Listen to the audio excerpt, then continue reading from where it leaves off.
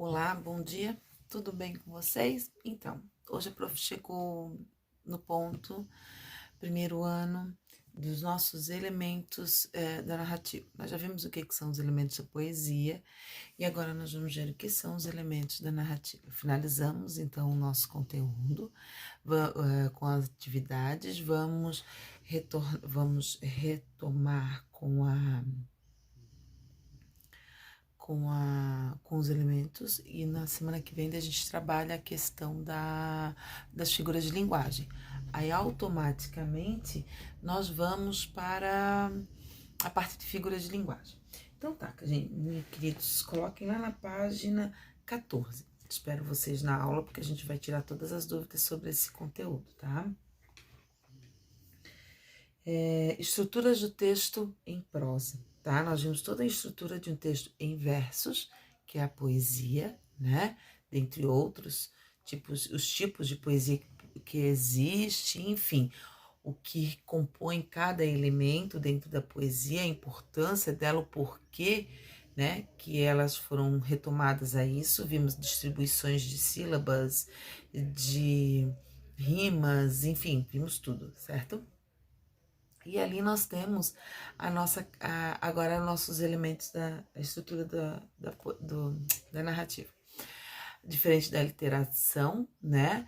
A narrativa é um texto que se trata de acontecimentos e ações realizadas por personagens fictícios ou reais. Ou seja, o contar da história, né? Que envolvem algumas pessoas, alguns personagens. Então, automaticamente, quando a gente conta uma história, a gente vai automaticamente trazendo pessoas para essas ações, certo?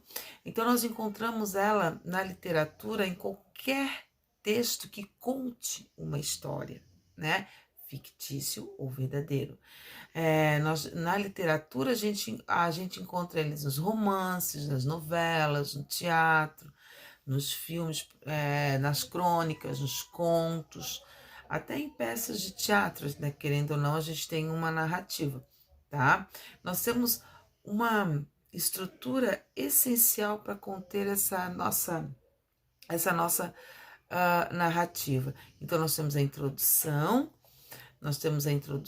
temos o desenvolvimento e temos a conclusão, tá? Ela não é diferente de nenhum texto, ela tem que ter essa ordem. Dentro da introdução, ela vai te ambientalizar no espaço, ela vai te ambientalizar com os personagens, a descrição deles. No desenvolvimento, automaticamente acontecem as ações desses personagens sobre a história. Na conclusão, aí a gente tem o final da história, um desfecho, né, de todas aquelas ações daqueles personagens apresentados na introdução. Então, os elementos que compõem uma narrativa são enredo, o espaço, né? O enredo, o que ele é? É uma sequência de acontecimentos dentro da narrativa que vão dando um envolvimento de uma história. Um exemplo bem legal que eu tenho para vocês assim é a escola de samba, por exemplo, no desfile dela.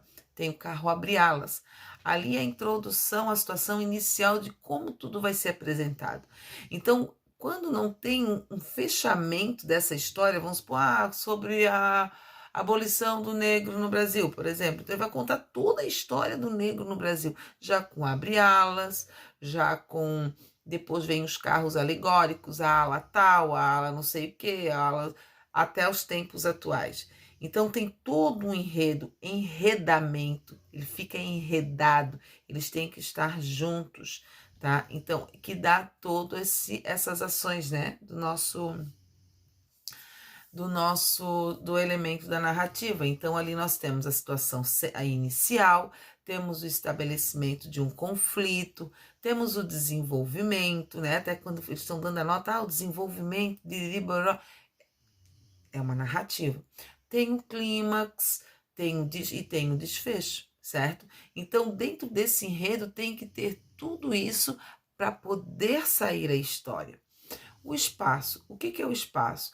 O espaço ele é onde acontece a narrativa.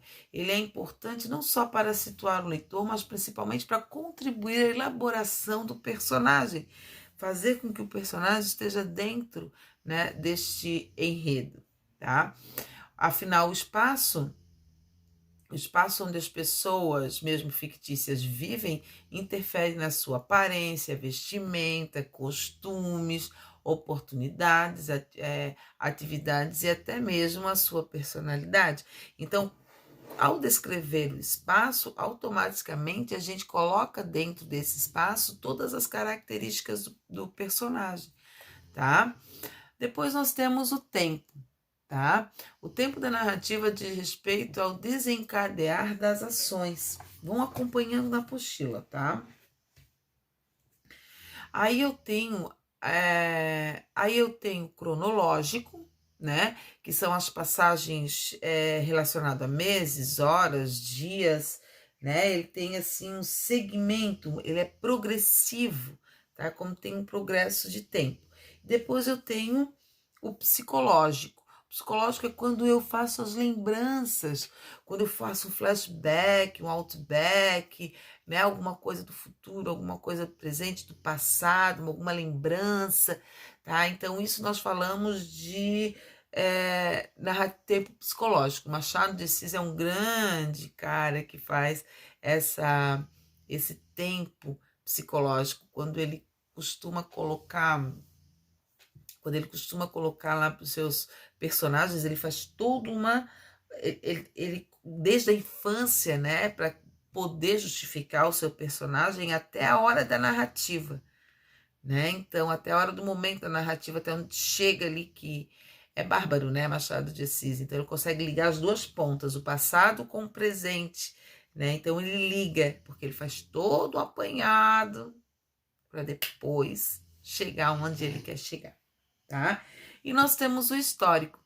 Na apostila, ele diz, a gente não menciona muito, que a gente já fala do tempo cronológico mesmo, tá? Mas o histórico é quando a gente menciona a época, né? Machado de Assis também gosta de fazer isso. Já era o 1900 e ploc, não sei o quê, né? E começa a contar a história dele. Então, quando o imperador... Então, ele conta a situação histórica, o acontecimento histórico do momento da narrativa que ele criou aquele personagem, tá? Depois nós temos a ação, que envolve tudo que as personagens fazem na narrativa. Inclui não só os movimentos, mas também que falam e pensam no decorrer da história. Nós temos os tipos de narrador, tá? Nós temos 3 tipos de narradores, né? Perdão. O narrador observador, aquele que fica em terceira pessoa, né? Ele só observa, ele conta aquilo que ele vê, geralmente é traçado pela terceira pessoa, né, do verbo, enfim, pela terminação do verbo em terceira pessoa, e ele se torna um observador, ele só fala aquilo que ele vê, tá?